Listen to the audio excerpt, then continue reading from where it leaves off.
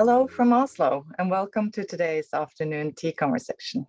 I am Ingeborg, and I'm the leader of Women in Global Health Norway.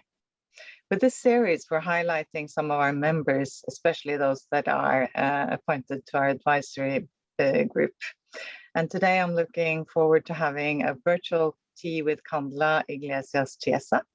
Candela is very engaged with Women in Global Health Norway, not only as a member of the advisory group, but as the leader of our COVID 50-50 task force. Candela is a public health specialist with a biomedical background and is the founder of Alanda Health, an organization that is aiming to improve health, education, and livelihoods worldwide by supporting organizations to obtain better results. I'm looking forward to hearing more about that. So hi, Candela, welcome. Hi, Ingeborg. So nice to see you again. And thanks so much for this invitation. I'm really excited. I am too. And to start off and give our viewers some insights into your background, can you please tell us a bit about your current work and the personal history that led you here? Yeah. So as you very well said, I actually have a biomedical background. I did my master's, my first master's and my PhD in microbiology and virology. So I spent actually many years in the lab, working in the lab, and I thought that was going to be my career. I was studying vaccines I was developing vaccines in the lab, so before the preclinical phase, let's say. So that was quite interesting. But at some point, I started to get really tired of the lab life. And I decided that it was too far from actually helping people, because you never know if that work that you're doing is going to create an impact in people's lives. And that's what I wanted to have and to do. So it took a lot of courage and a lot of figuring things out. But eventually, I switched careers towards public health. And I did a master's, a long distance master's in public health to help me understand the field better. And I've never looked back. I've been super happy with my career choice ever since. So I worked for many years in a research institution and hospital in Mexico City, leading a big team of social workers and psychologists and psychiatrists. So we were leading the psychosocial area of the HIV clinic inside the hospital. And then I also had some opportunities to start working with the UN, especially UNICEF, and traveling and working in South Africa for a bit and so on. So 5 years ago, when I moved to Norway, I decided that it was time to try it out on my own. And I started working as an advisor for different organizations, particularly the Red Cross and the UN, so WHO and PAHO and so on. And last year, since we started growing so much, since that work worked out so well, I registered my own organization, Alanda, to try to be able to grow and have more impact by supporting what organizations working on the ground are doing. And we basically help them in three different ways. The first one is with technical expertise. The second one is by providing, sometimes what happens is that there's people like you or me, we're very strong technically, we know about public health and we know about women's rights and so on, but the project management side or the leadership side is the part that is weakest in many of these organizations. So that's where we also provide support.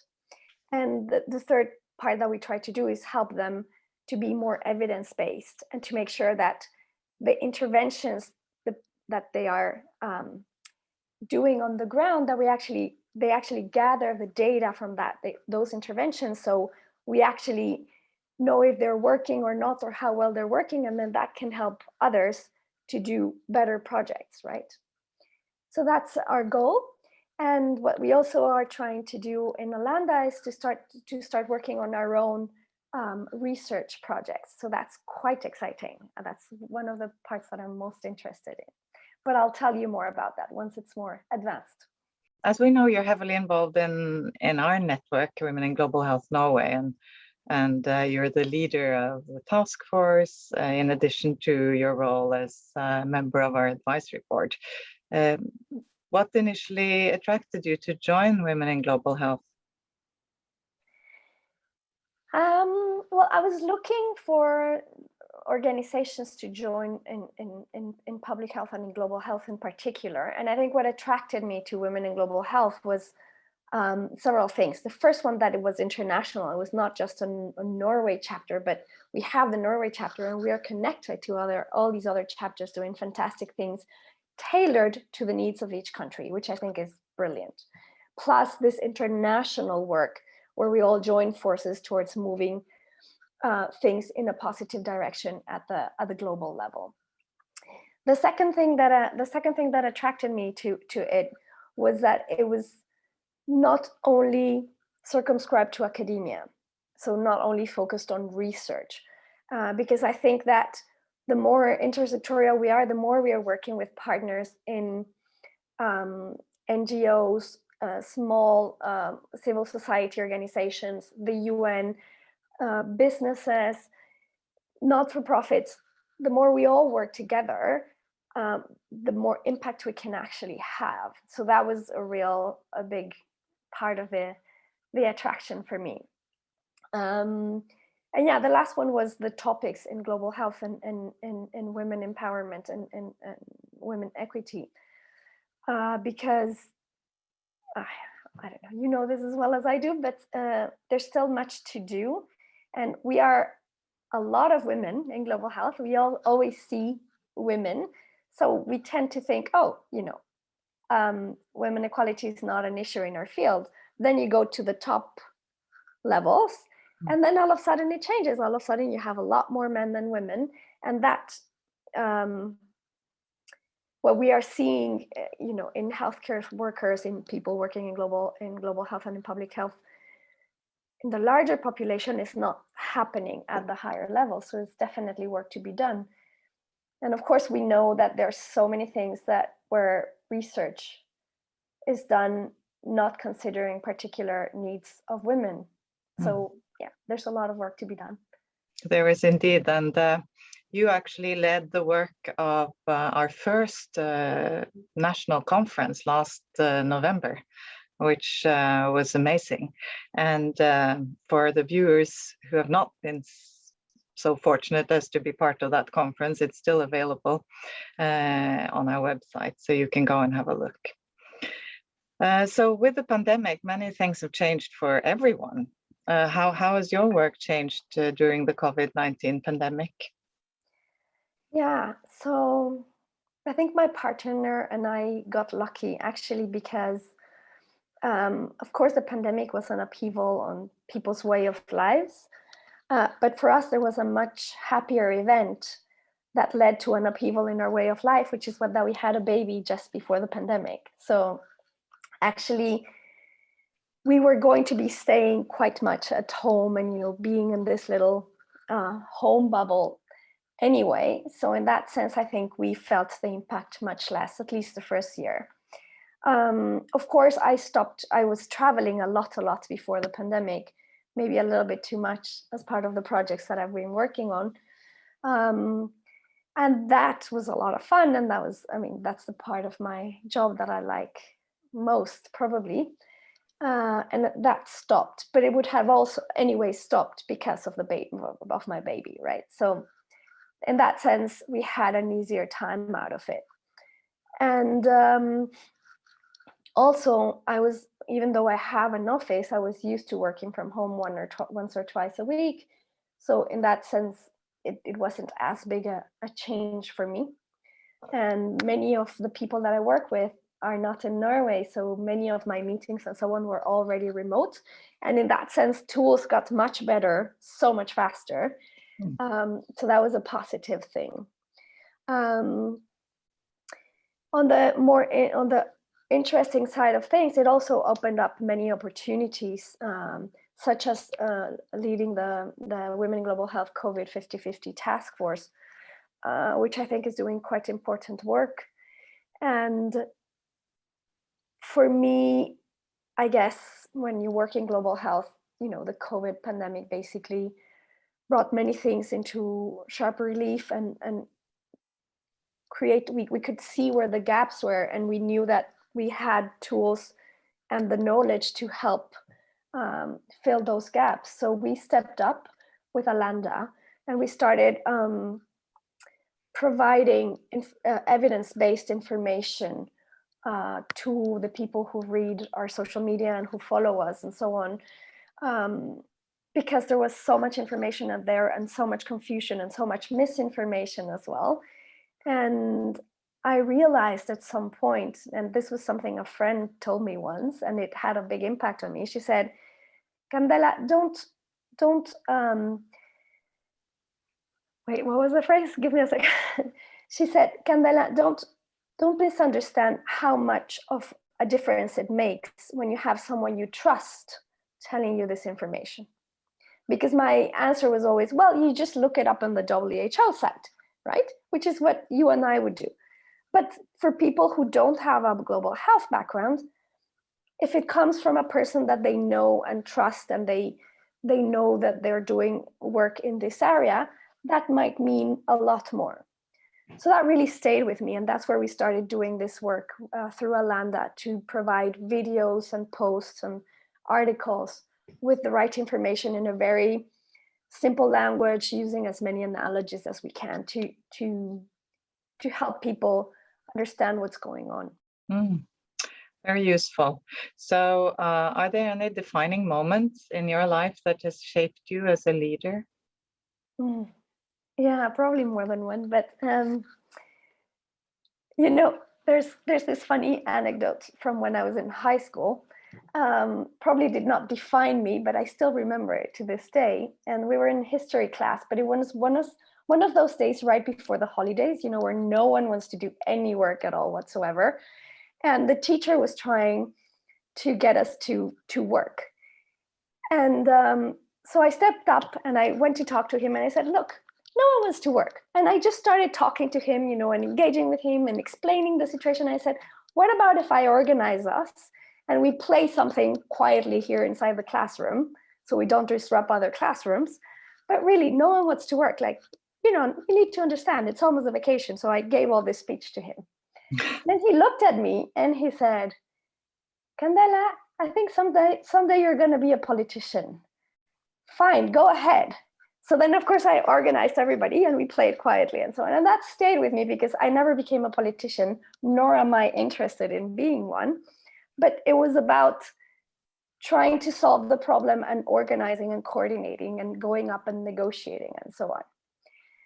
But I think in a more serious way, the defining moment for me was when I did this career transition towards global health. My first job opportunity came in this hospital in Mexico, where in this HIV clinic I was asked to lead the team. So the team working in psychosocial support. So all of a sudden, I was put in charge of a 10-people team who were all experts in their own field. You have social workers, psychologists, psychiatrists, and so on. And I did not have any background in mental health, but my background was more like in public health and in global health. And of course, I knew a lot about HIV because that had been something that I had been working on throughout all my biomedical years. So that was a big challenge because the first thing you feel is this imposter syndrome, right? Like, who am I to tell these people what to do? And I all of a sudden realized that nothing in all the years of study that I had done had given me any tools on how to lead a team. So I did what I do every time that I'm confronted with something that I don't know how to do. And that is, I research it. I just research the hell out of it. So I started reading books and reading articles and going online and talking to people and trying to understand what was this whole, how do you lead a team? How do you make this work, and what are the best tools to use? So that was, it was challenging because some people were very happy to have me on board, and for me to coordinate and organize all the work so that we could have a bigger impact. But some people were not so happy to all of a sudden have someone tell them what to do, or not tell them what to do, but just lead and get people to work together in a better way. So I learned a lot, and I had to learn a lot very, very quickly. And eventually, after all those years, I ended up putting all those lessons learned, writing down all those lessons learned, and I actually published a book because I realized that there were a lot of people out there like me, people, especially in the healthcare area, doctors and nurses and public health specialists and so on. We are trained to be specialists in our own field, but at some point you get to a leadership position, and we have nothing in our background preparing us for that. So this book is basically geared towards those people who have no training in management, or no MBA, or no leadership training at all. Is it translated to English? Yeah, it's in English. It is in English, Yeah. okay. Oh, good. Very, very fascinating, and a good idea. So what would you say to your younger you, or to your young colleagues in women in global health? Well, I get to talk to a lot of young women in starting their global health career, so that's quite exciting. But I still don't like to give advice to others. So the way I try to always phrase it is, what would I tell, as you very well said, what would I tell my younger self? What advice would I give my younger self? And there's a lot of things, and a lot of people focus and talk about mentorship and so on. So I'm not going to talk about that, not because it's not important, but because other people have covered it. But I think for me, the three main things that I would say to myself is, the first one is, step up. Make sure that you are proactive, leadership is not about how many people you're leading. It's about you stepping up when there's a situation that requires someone to take charge, or someone to bring up an initiative. And sometimes we sort of sit back and wait for others, instead of saying, I can do it. It's going to be hard, it's going to be complicated, it's going to take time, but I can do it. And this is a great opportunity for me to learn. So my first advice to myself would be, dear Candela, go and step up. The second piece of advice that I would tell to myself, and this is something that I've gotten better over the years, but it would have been much more useful if I was better at it many years ago. And that one is to try and fail more often. I did a really good workshop at the beginning of this year, and I loved the way how the trainer phrased this. What she said was, you should actually aim to fail at least 25 times per month. And I was like, what? This is way too much. What are you talking about? But her idea, I think, is fantastic, is if you're not doing things that you think you're going to fail at, you're not stretching yourself. You're just remaining in your comfort zone. So every start of the month, write down, she said 25. I think that 25 is too many for me, but write down five or six things that you want to try. It can be smaller, it can be bigger, that you are afraid of trying because you think you're going to fail. And then you program them into your calendar, and you actually go out and do them. If you fail, that's great. You tick it off. You need 25 fails. So, just tick it off. I failed. Yay. If you don't fail, then it also, creates confidence that it's not as scary as it actually looks, and that you can get better. And there's always lessons learned, of course. So I really like that. So I would tell myself, my younger self, go out and fail more often. It's a great learning experience, and it's nothing to be afraid of, unless you don't get up and try again. And just, program it, be systematic about it. I think I like that. And the last thing I would say to myself, and this is related to these fails concept, is ask. Always ask for it. Never assume it's a no and then don't ask for it. Always ask for it. Like, just make a habit out of asking. What do I mean by this? I don't know how many doors have opened up for me by, asking people out for a coffee and just, I want to know more about your job. I want to know more about what you do. Can you tell me about it? People love to talk about what they do and what they're passionate about. It's not really a problem, even if you don't know them. It feels a bit scary, but I would say that probably 75 to 80% of the people I reach out to say yes. So it's not that, you have a quite good success rate. And then, of course, ask for a raise. We all know that women tend to not ask for raises as much as men. Always negotiate your salary if you're an employee. Always negotiate your rates if you're working for yourself. And just ask for whatever it is that you think you need. If your assumption is that people are going to say no, then that's fine, just write it out in your fails list, but go and ask for it. I think that if I had started doing that when I was younger, many things would have gone much faster. Absolutely. And for me too. I'm going to write down your list immediately. That's great advice. And Candela, thank you so much for sharing your reflections with us today. I'm really lucky to have you on the advisory board and in the advisory group. And also very thankful for everything that you are doing for Women in Global Health Norway. Not the least your leadership of the very successful task force COVID 50/50. So thank you. And thanks to our viewers for tuning in, and we look forward to welcoming you back to our next afternoon tea conversation. Goodbye.